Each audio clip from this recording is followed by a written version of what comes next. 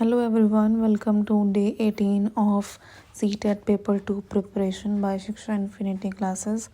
I know बहुत time बाद video आ रही है, लेकिन आप प्लीज़ लास्ट वीडियो से कनेक्ट कर लेना, उसमें बाकी के क्वेश्चन हैं। आज हम स्टार्ट कर रहे हैं क्वेश्चन नंबर 106 से 105 तक CTET पेपर 2 की डे 17 वीडियो में सॉल्व हो चुके हैं क्वेश्चंस।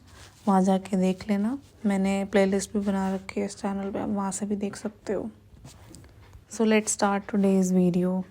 हमारे 15 क्वेश्चंस होते हैं, मैं जो वीडियोस बनाती हूँ उसमें 15 क्वेश्चंस डेली होते हैं। जो भी न्यू लोग देख रहे हैं मुझे, वो सब्सक्राइब कर लें चैनल को, क्योंकि बहुत ही बेनिफिट होने वाला है। 15 क्वेश्चंस हम पर डे प्रैक्टिस करते हैं और ये उसी एग्ज़ाम में से ही होते हैं क्वेश्चन जो सीटेट के पेपर में आते हैं।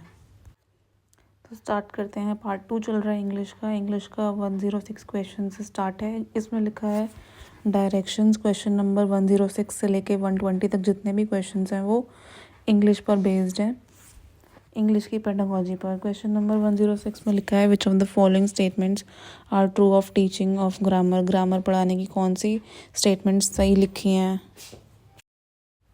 Option number A, teaching of rules at the initial stage does not lend much to language learning. जो आप इनिशियल स्टेज पर टीचिंग रूल्स टीच कर रहे हो, उससे ज़्यादा लैंग्वेज लर्निंग नहीं होती। बी में लिखा है rules of grammar are essential during the informative years of language learning. शुरू में ही मतलब ग्रामर के रूल्स करा दो, क्योंकि वो बहुत ही एसेंशियल होते हैं। सी में लिखा है grammar teaching should move from meaning to form, कि जो ग्रामर टीचिंग है वो मीनिंग से लेके उसको बनाना कैसे है वो वैसे होती है। और डी में लिखा है grammar teaching should move from to meaning, कि वो मीनिंग से बनाने की ओर चले। तो इसमें जो ए और सी हैं वो बातें सही लिखी हैं, क्योंकि जो इनिशियल स्टेज पर आप ग्रामर सिखाओगे उससे कुछ इतनी हेल्पफुल नहीं होती वो छोटे बच्चों के लिए। तो वो बिल्कुल भी एक फेमिलियर वे नहीं है लैंग्वेज सिखाने का।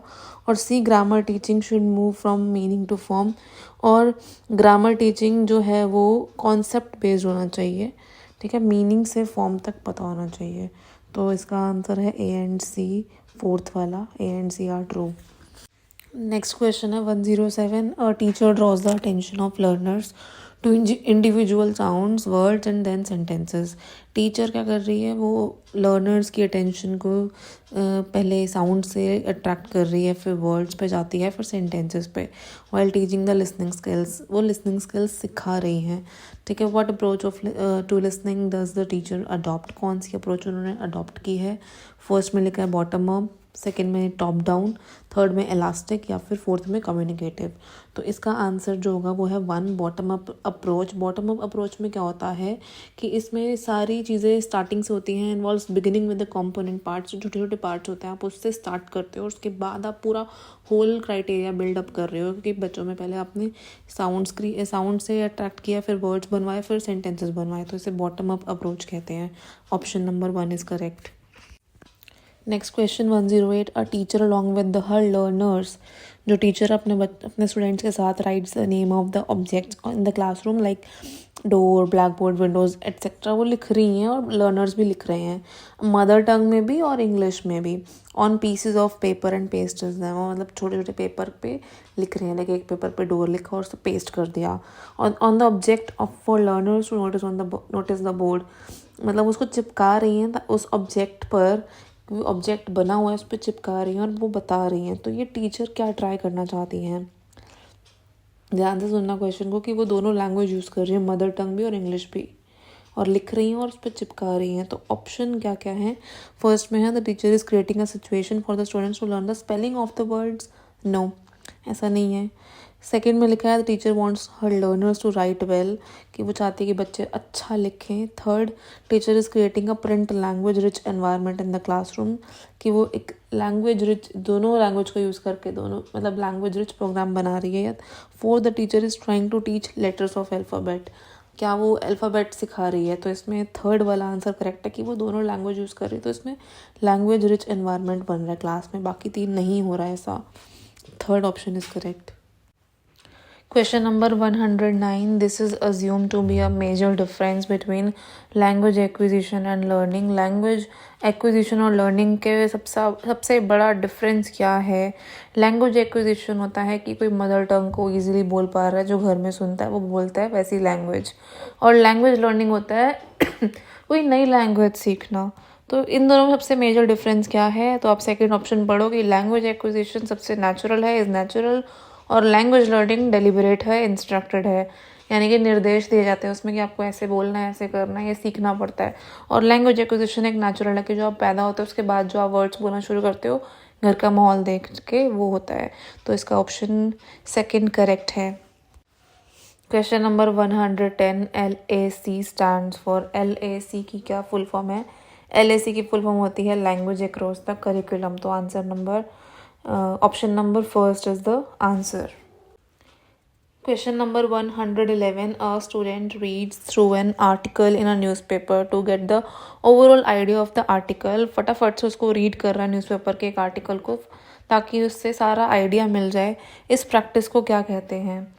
तो इस प्रैक्टिस में क्या होता है, अगर बच्चा फटाफट कोई टेक्स्ट को, कोई चीज़ को फटाफट से पढ़ रहा है और उसमें से इंफॉर्मेशन निकालने की कोशिश कर रहा है तो उसको कहते हैं स्कैनिंग.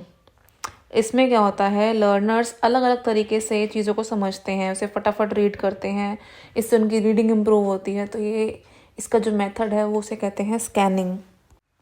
तो second option is the correct answer.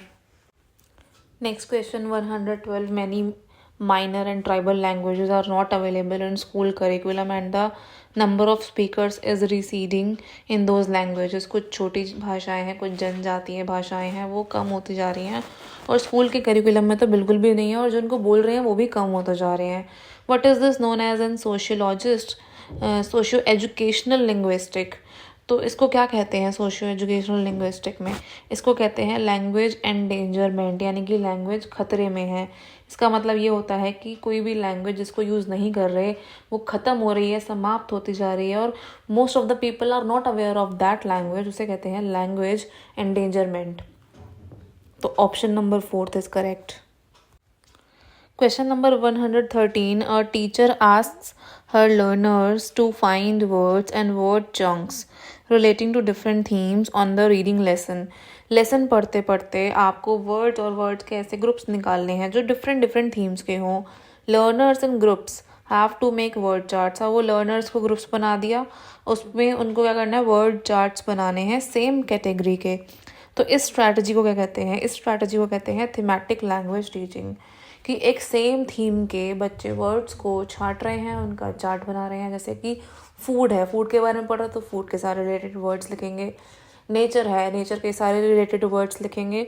तो ये सबसे जो आंसर आ रहा है ये है सेकंड, थीमेटिक लैंग्वेज टीचिंग. इसी में यही होता है कि बच्चों को थीम दी जाती है कि इस थीम में आपको 5 या ऐसे वर्ड्स निकालो और उसको चार्ट बनाओ. तो इसका आंसर है second. Next question 114. Sight words are developed. Sight words को कैसे डेवलप कर सकते हैं हम? पहली बात तो साइट वर्ड्स होते क्या हैं? वो छोटे छोटे वर्ड्स होते हैं जो कि हम बार बार रीडिंग्स में यूज़ करते हैं, राइटिंग्स में यूज़ करते हैं, जैसे कि I, am, he, she, these, those, this, that. ये सारे वर्ड्स होते हैं, छोटे बच्चों को सिखाए जाते हैं. ये कैसे डेवलप होते हैं? ये डेवलप होते हैं जब हम उनके मीनिंगफुल सेंटेंसेस बनाएं. तो इसका जो ऑप्शन है फोर्थ वो करेक्ट है, by using these words in meaningful context.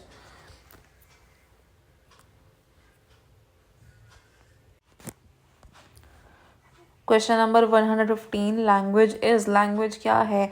एक ह्यूमन सिस्टम है जो कि चेंज होता रहता है. या फिर सेकंड में लिखा है अ रूल गवर्न सिस्टम है, रूल के बेसिस पे बना है. थर्ड में लिखा है स्ट्रक्चर फॉर्म सिस्टम है, स्ट्रक्चर के बेसिस पे बना है कि ऐसे होना चाहिए वैसे होना चाहिए. या फिर फोर्थ में a formation of words, rules and meanings. Words, rules और मीनिंग्स से मिलकर बना है. तो इसका आंसर है सेकंड, एक रूल गवर्न सिस्टम है, क्योंकि आपको पता होना चाहिए कि आप क्या लिख रहे हो और आपको कैसे वर्ड्स यूज़ करने हैं. तो इसमें यह है कि लैंग्वेज जो है वो रूल से बनती है, जो कि स्पेशली हम राइटिंग के टाइम पे रूल्स को फॉलो करके ही कुछ पैराग्राफ, कुछ स्टोरी लिखते हैं. तो option number second is the correct answer. Next question 116. Comprehensible input as proposed by Krashen 1985. इस 1985 में क्राशेन ने एक कॉम्प्रिहेंसिबल इनपुट नाम से कुछ दिया था। उसका मीनिंग क्या है, उसमें था क्या? अकॉर्डिंग टू स्टीफन क्राशेन, पूरा नेम उनका स्टीफन क्राशेन था, language is acquired when learners are expose to input that is just a little difficult, थोड़ा सा उनको डिफ़िकल्ट हो बट स्टिल अंडरस्टैंडेबल, लेकिन वो समझ जाएं। तो ये चाहते थे कि थोड़ा सा बड़ा लेवल हो लेकिन बच्चे समझ जाएं। तो इसका जो आंसर है वो है third, exposing learners to language somewhat above their level, उनके लेवल से थोड़ा ऊपर हो बट अंडरस्टैंडेबल हो। Next question 117, extensive reading is, extensive reading क्या होती है? एक्सटेंसिव रीडिंग एक नॉर्मल रीडिंग होती है जिसमें बच्चों को सिर्फ सुनने के लिए और समझने के लिए ही पढ़ाया जाता है। मतलब कुछ बोला जाता है, लाइक स्टोरी पढ़ा रही है कोई टीचर, वो सिर्फ समझनी है और सुननी है, उसके क्वेश्चन आंसर्स नहीं करने, कोई वर्ड मीनिंग्स नहीं करने हैं, बस दैट इज़ एक्सटेंसिव रीडिंग। तो इसका आंसर है first, reading for pleasure and overall understanding for the text, कि आप टेक्स्ट को समझ रहे हो और इन्जॉय कर रहे हो, अपनी मर्जी से अपने मन के अकॉर्डिंग पढ़ रहे हो जो आपको अच्छा लग रहा है। Question number 118, a teacher keeps the students work of language use and uses it for assessing the learners achievement. टीचर क्या कर रही है, जो बच्चे ने काम किया है या जो लैंग्वेज यूज़ कर रहा है जिस कोई भी काम में, उसको वो उस चीज़ के मार्क्स दे रही है। What is the strategy for assessment known as? तो ये स्ट्रैटेजी क्या है असेसमेंट के लिए, कौन सी स्ट्रैटेजी है? इसे कहते हैं पोर्टफोलियो स्ट्रैटेजी। इसमें क्या होता है, जो बच्चों की ग्रोथ जैसे भी हो रही है, क्वालिटी वाइज देखा जाता है, क्वांटिटी वाइज नहीं देखा जाता। पोर्टफोलियो में इस तरह से होता है कि बच्चे जो इजीली कंफर्टेबली जो काम कर रहे हैं, लाइक प्रोजेक्ट बना रहे हैं, अपनी लैंग्वेज में बना रहे हैं, तो उस चीज़ के मार्क्स मिलते हैं, उसे कहते हैं पोर्टफोलियो असेसमेंट। तो option number second is correct. Question number 119, mother tongue based multilingualism advocates that, जो मदर टंग है यानी कि हम डबल भाषा सीखते हैं, हिंदी इंग्लिश जो होती है, तो वो क्या एडवोकेट कर, क्या दिखाता है, उससे क्या पता चलता है? फर्स्ट में लिखा है learners learn their mother tongue Hindi and English from class 1। No, it is not true, क्योंकि वो तो बचपन से आई गेस 4 साल से, जब वो घर में हो तो 3 साल से ही बोलना शुरू कर देते हैं। तो सेकेंड में लिखा है all learners learn in mother tongue only in primary school, primary school में ही जाके वो मदर टंग लर्न करते हैं, नहीं वो घर में ही कर लेते हैं। थर्ड लिखा है learners begin their schooling in mother tongue and move on to add many languages in school. तो लर्नर जो है वो अपनी जो स्कूलिंग है शुरू से वो क्या करते हैं, मदर टंग में बोलते हैं, उसके बाद वो आगे मूव ऑन करते हैं और लैंग्वेजेस सीखते हैं। और फोर्थ में लिखा है learners begin with their state language and more on to English medium. उसके बाद लिखा है कि वो अपनी स्टेट लैंग्वेज से शुरू करते हैं और इंग्लिश मीडियम की ओर बढ़ते जाते हैं।